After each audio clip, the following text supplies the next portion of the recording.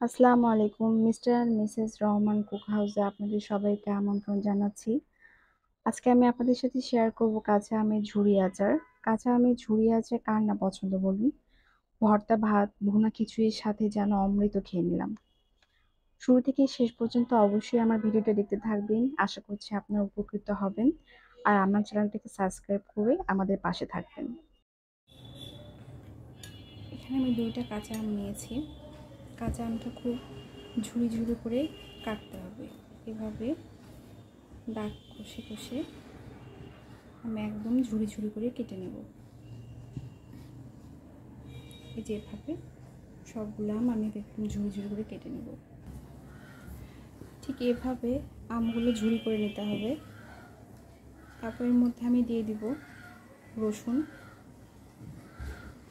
রসুনটা আমি কুচি করে নিয়েছি। আর দিয়ে দিব পেঁয়াজ।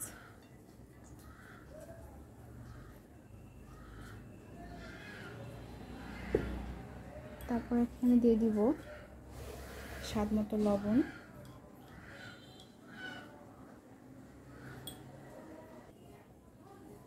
তারপর এখানে দিয়ে দিব 1 চামচ পরিমাণ শুকনো মরিচের গুঁড়ো।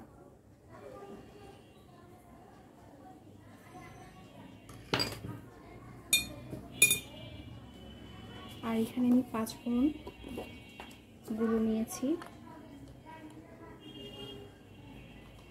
5 ফোড়ন গুঁড়ো এখানে দিয়ে দেব।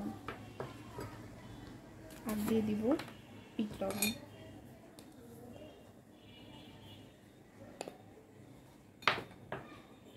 বিট লবণ আমি এখানে 1/2 চামচের মতো বিট লবণ নিয়েছি, যেহেতু আমি এক্সট্রা একটা লবণ দিয়েছি এই জন্য বিট লবণ বেশি দিলাম। এখন সবগুলো উপকরণ খুব ভালোভাবে এটা মাখিয়ে নিতে হবে। আর দিব সামান্য একটু সরিষার তেল।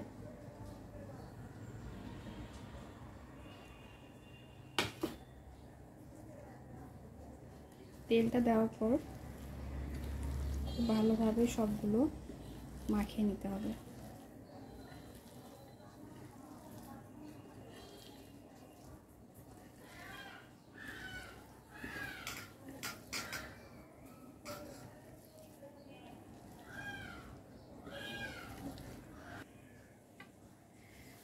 মাখানো হয়ে গেছে। তারপর একটা প্লেটে এভাবে পাতলা করে বিছিয়ে দিতে হবে।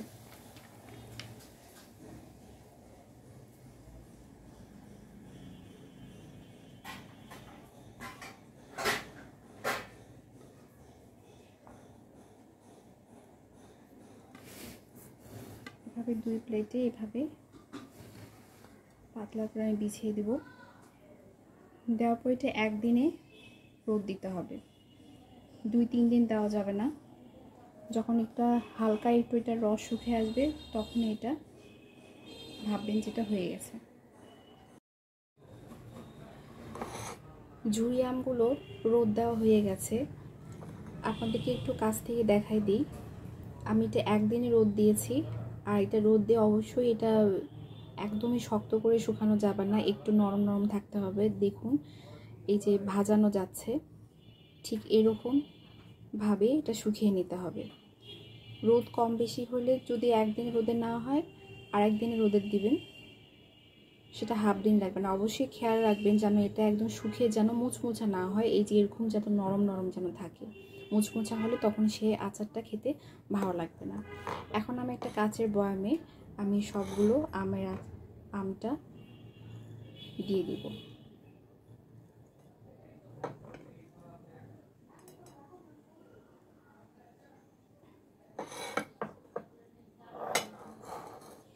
এই আচারটা খিচুড়ি বলুন, গরম ভাত ভর্তার সাথে খেতে খুবই মজা লাগে।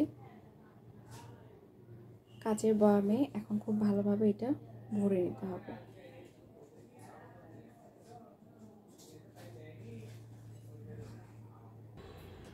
সবগুলো আচারে আমি বয়ামে এভাবে ভরে নিয়েছি। এখন আচারের যে মূল জিনিস তেল, সে তেলটা আমি এখন দেব, সেটা আপনাকে দেখাই দিচ্ছি যে আমি কিভাবে তেলটা দিচ্ছি। এখন একটা পাতিলে আমি এখন পরিমাণ মতো সরিষার তেল এখানে দিয়ে দেব।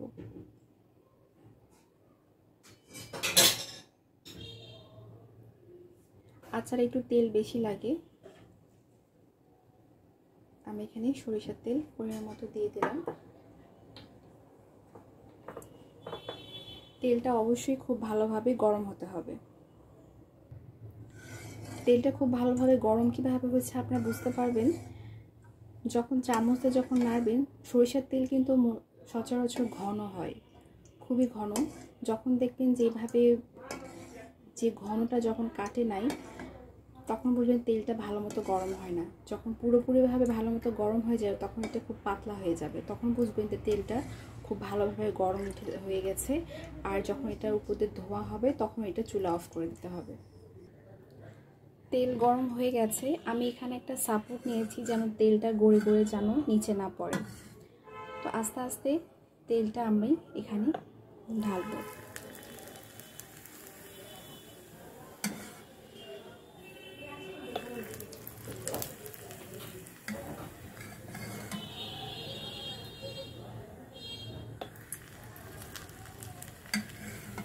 তেল এভাবে সবগুলো তেলই আমি ঢেলে নেব।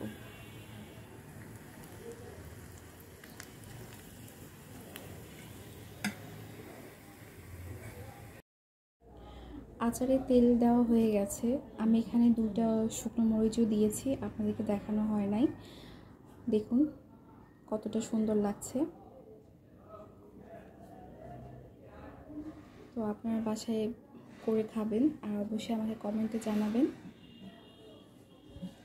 আজকে এই পর্যন্তই, দেখা হচ্ছে নেক্সট কোনো ভিডিওতে নতুন কোনো রেসিপি নিয়ে। আসসালামু আলাইকুম।